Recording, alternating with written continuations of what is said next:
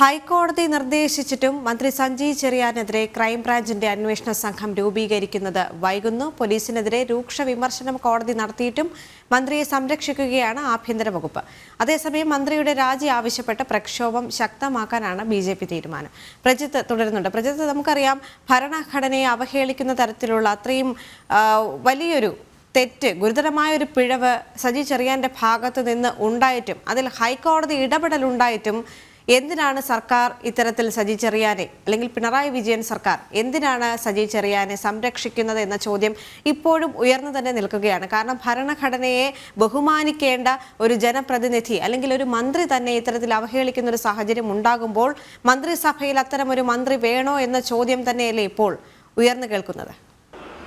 ദേവിക, ഈ വിഷയത്തിന് വലിയ മാനങ്ങളുണ്ട്. പ്രത്യേകിച്ച് ഇപ്പോൾ ഭരണഘടനയിലെ എന്തെങ്കിലും ഒരു സെക്ഷൻ തെറ്റാണെന്നോ അല്ലെങ്കിൽ ഭരണഘടനാപരമായിട്ടുള്ള ചില കാഴ്ചപ്പാടുകൾ തെറ്റാണോ ആ രീതിയിലുള്ള ഒരു പരാമർശം പോലുമല്ല സജി ചെറിയാന്റെ ഭാഗത്ത് നിന്നുണ്ടായത് എന്നുള്ളതാണ്. പ്രത്യേകിച്ച് ഭരണഘടന എന്ന് പറയുന്നത് പൂർണ്ണമായും ഈ നാട്ടിലെ തൊഴിലാളികളെയും മറ്റും ചൂഷണം ചെയ്യാനുള്ള രീതിക്ക് വേണ്ടി തയ്യാറാക്കിയതാണ്. എന്ന രീതിയിലുള്ള കാർഡടച്ച് ഭരണഘടന മൊത്തത്തിൽ ഭരണഘടനയെ അപമാനിക്കുന്ന രീതിയിലാണ് സജി ചെറിയാൻ എന്ന് 2022 ജൂലൈ 3 മല്ലപ്പള്ളിയിൽ നടത്തിയ പ്രസംഗത്തിൽ അദ്ദേഹം നടത്തിയ പരാമർശങ്ങളുള്ളത്.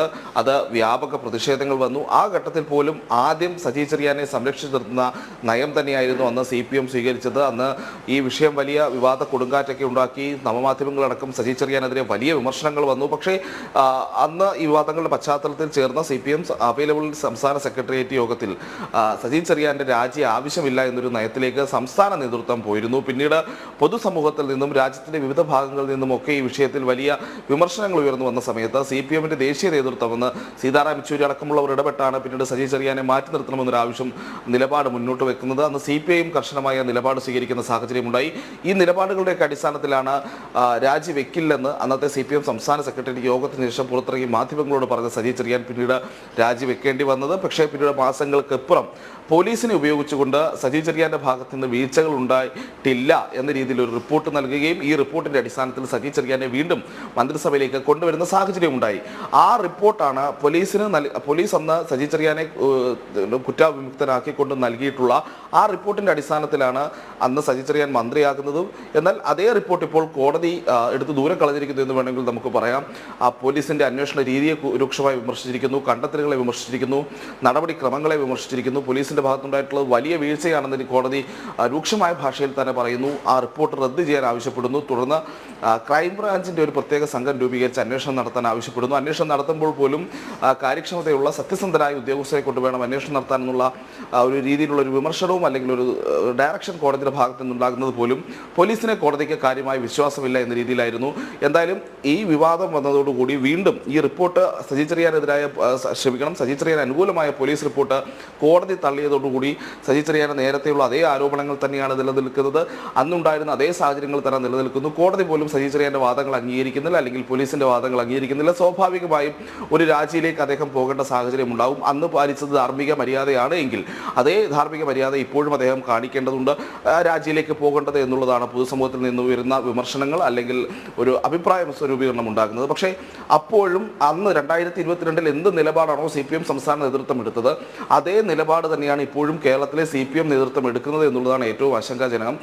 കൃത്യമായി പറയുന്നത് CPM സജി ചെറിയാൻ ഇനി രാജിവെക്കേണ്ട ആവശ്യമില്ല എന്നുള്ളതാണ്.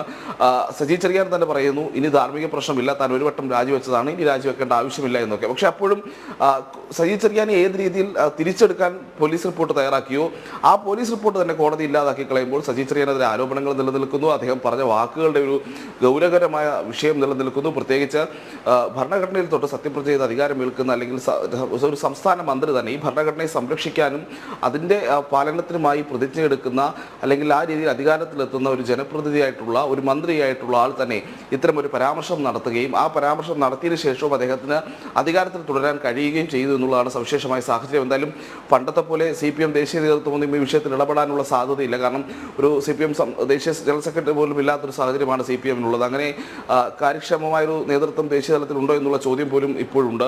അപ്പോൾ ആ രീതിയിലുള്ള ഇടപെടലുകൾ ഉണ്ടാകാൻ കഴിയില്ല. പക്ഷേ ഭരണഘടനാപരമായ ഭരണഘടനയായ ആ ഭരണഘടനയെ മാനിക്കേണ്ടതിൻ്റെ ഉത്തരവാദിത്വം അത് ജനപ്രതിനിധിയായാലും ശരി, സാധാരണ ജനപ്രതിനിധിയായാലും ശരി, സംസ്ഥാനത്തിലെ മന്ത്രിയായാലും അത് കാണിക്കേണ്ടതുണ്ട്. അത്തരമൊരു ധാർമ്മിക നിലപാട് ഉയർത്തിപ്പിടിച്ചുകൊണ്ട് സജി ചെറിയാൻ്റെ രാജി ആവശ്യപ്പെടണമെന്നുള്ളതാണ് നേരത്തെ BJP അടക്കമുള്ള പ്രതിപക്ഷ സംഘടനകളെല്ലാം ഉയർത്തിക്കൊണ്ടിരിക്കുന്ന നിലപാട്.